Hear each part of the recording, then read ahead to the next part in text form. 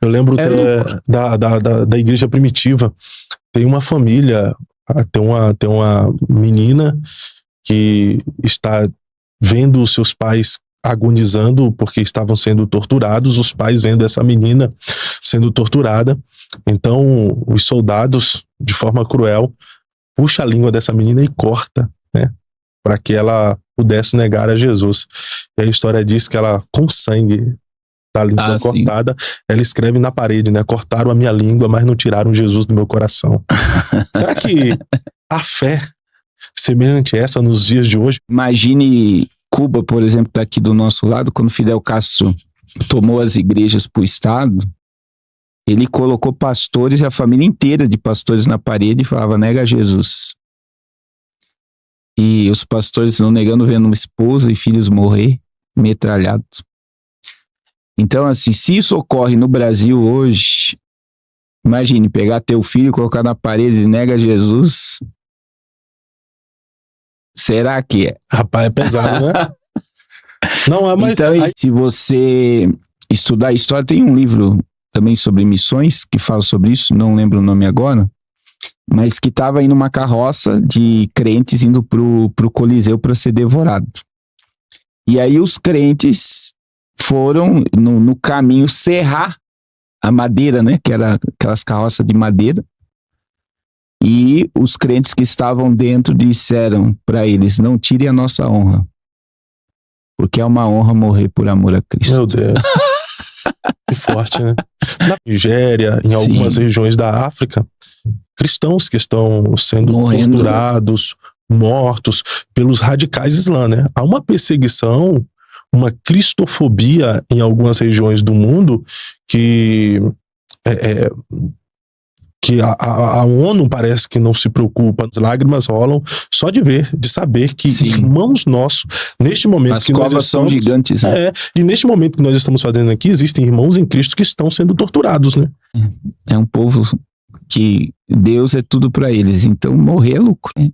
A morte dos cristãos no primeiro século foi gigantesca. Se você estudar a história, tem um livro também sobre missões, que fala sobre isso, não lembro o nome agora, mas que estava indo uma carroça de crentes indo pro Coliseu para ser devorado.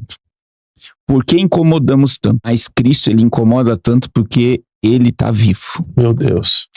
E essa perseguição é porque ele está vivo e ele é o rei do universo. Não tem como acabar com a igreja. Eles podem fazer de tudo, a igreja permanece por causa da promessa que está sobre ela. Então não existe demônio, não existe lei, não existe política, não existe perseguição. Quanto mais lutarem para acabar, mais a igreja prevalece. Agora é fato, a perseguição existe. Enquanto nós estamos falando aqui, tem chegado bastante para mim, eu acho que para o senhor também, na Nigéria, em algumas regiões da África, cristãos que estão sendo torturados, mortos pelos radicais islã, né? Há uma perseguição, uma cristofobia em algumas regiões do mundo que a ONU parece que não se preocupa, não fala. Os direitos humanos não falam sobre isso, porque alguns vídeos que estão chegando da Nigéria e alguns outros países ali do continente africano, os olhos lacrimejam, as lágrimas rolam só de ver, de saber que irmãos nossos, neste momento as que nós estamos... são gigantes, né? Será que a fé semelhante a essa nos dias de hoje, não digo nesses países onde a perseguição, porque é perceptível que tem, porque lá eu vi alguns vídeos recentemente, mesmo em meio à perseguição, os irmãos saltitando, cantando, adorando, e indo cultuar. Sabendo que pode entrar os soldados ali, matar, queimar a igreja. No Paquistão, as cruzadas evangelísticas, não sei se tu percebeu, fica um monte de gente com arma pesada ali para fazer segurança, porque sabe que a qualquer momento pode ter invasão de pessoas ali que vão tirar a vida deles ou levar prisioneiro para torturar, mas eles estão ali cultuando e celebrando ao Senhor Jesus. Então você vê que é uma fé muito fraca, né? Não está firmada na palavra. Mas ainda tem muito crente verdadeiro no nosso meio que, se for necessário morrer por amor a Cristo, eles morrem. Mas a maioria com certeza ia fugir da perseguição. Tem uns que eu vou falar assim, não, mas eu nego com a voz, mas no meu coração eu não nego. Será? Ou assim, na mente do brasileiro, sabe qual é? Porque o brasileiro sempre dá jeitinho pra tudo. Não, eu vou negar aqui, depois eu peço perdão. Tem aquela questão lá, né? Tipo, Jesus, R$1 milhão, né? Aí eu vi gente falando, não, eu recebo R$1 milhão e digo que é 1 milhão, mas na minha mente eu tô falando que eu quero Jesus, entendeu? E aí? Neste momento que nós estamos fazendo aqui, existem irmãos em Cristo que estão sendo torturados, né? Agora, veja bem, Fábio, o que é interessante, por exemplo, da Nigéria. O povo sabe que pode morrer indo pro culto, mas está indo pro culto. Primeiro porque não tem apego à terra, né? É um povo que Deus é tudo para eles, então morrer é lucro. E isso você vai ver na igreja primitiva, né? A morte dos cristãos no primeiro século foi gigantesca. Nesses países é perceptível que a fé deles está intacta e eles têm convicção de quem é Cristo, de quem eles são em Cristo. Mas aqui no Ocidente, no Brasil, será que nós temos tamanha fé? Eu sempre digo isso, né? Na verdade, os cristãos primitivos, né, tinham...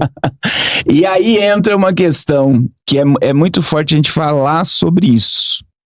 Por que incomodamos tanto? E aí entra, porque Cristo não está na sepultura. Ele está vivo. E se Cristo não... Porque você vê que você esquece dos líderes que morreram. Mas Cristo, ele incomoda tanto porque ele está vivo. Meu Deus. Então ele está vivo e por ele estar vivo ele incomoda.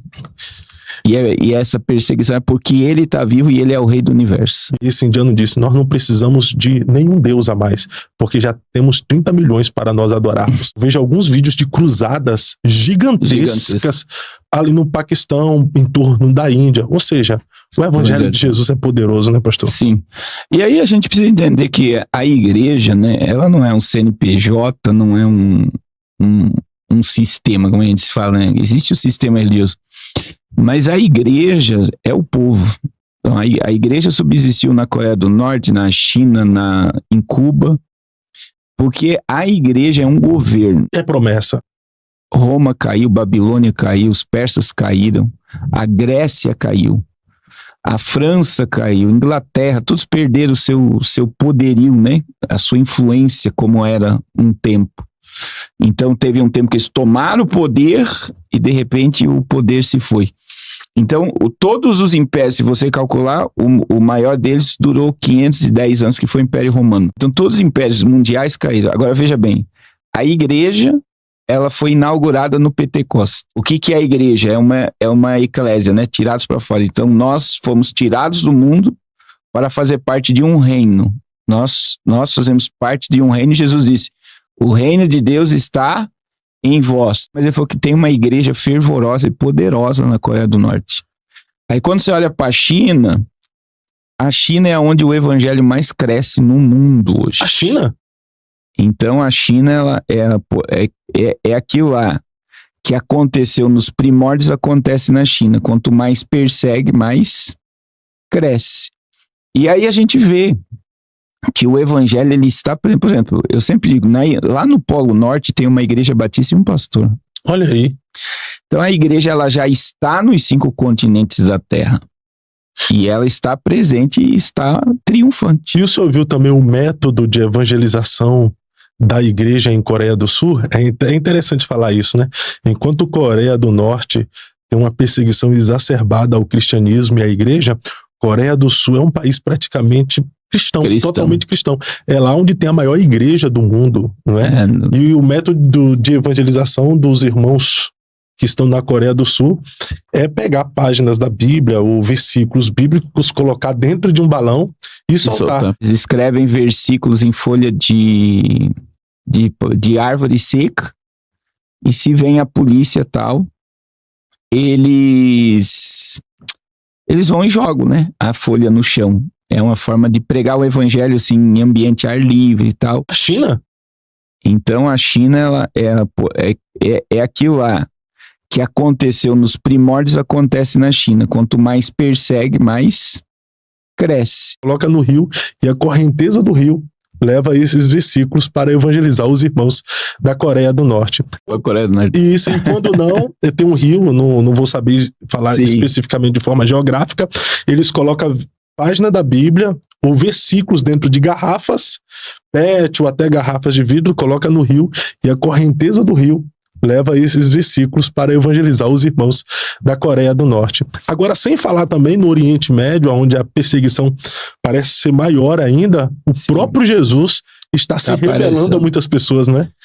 É muito interessante, principalmente no Irã, né? No Paquistão, Afeganistão, mas o Irã é um foco de um grande avivamento, porque tem muita gente sonhando com Jesus. É interessante, né? Jesus está aparecendo no sonho das pessoas.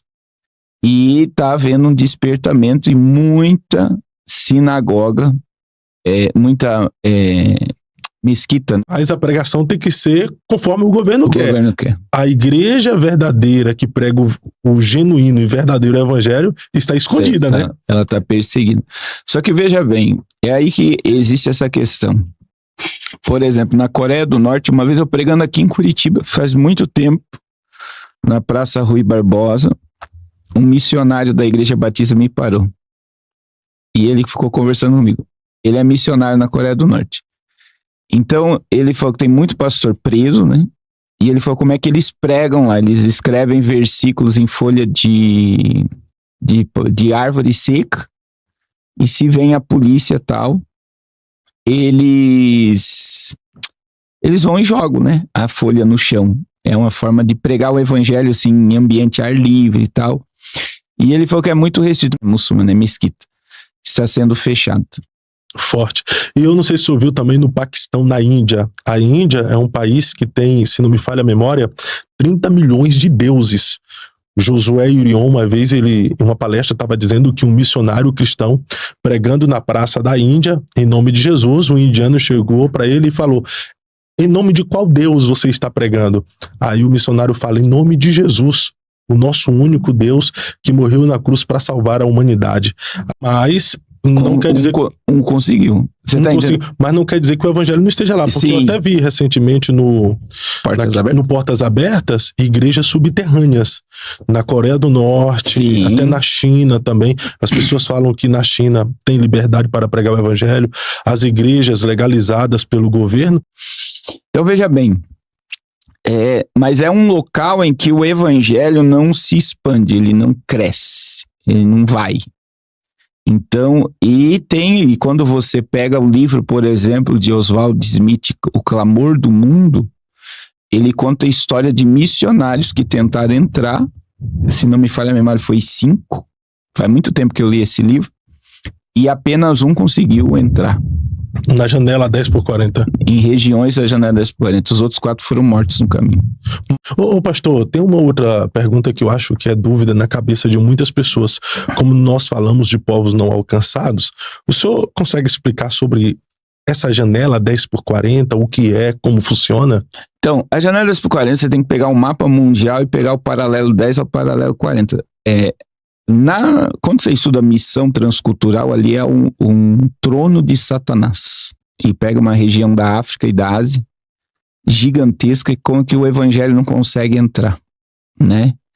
Hoje, através de tecnologia, por exemplo, vamos citar aí a Copa do Mundo, que esses países, eles assistem, né, a Copa e vê muita oração. Eu até vi um jogador, eu acho que foi da Holanda, evangelizando um grande influenciador com 50 milhões de seguidor falando de Jesus e tal, e a mídia deu voz a isso.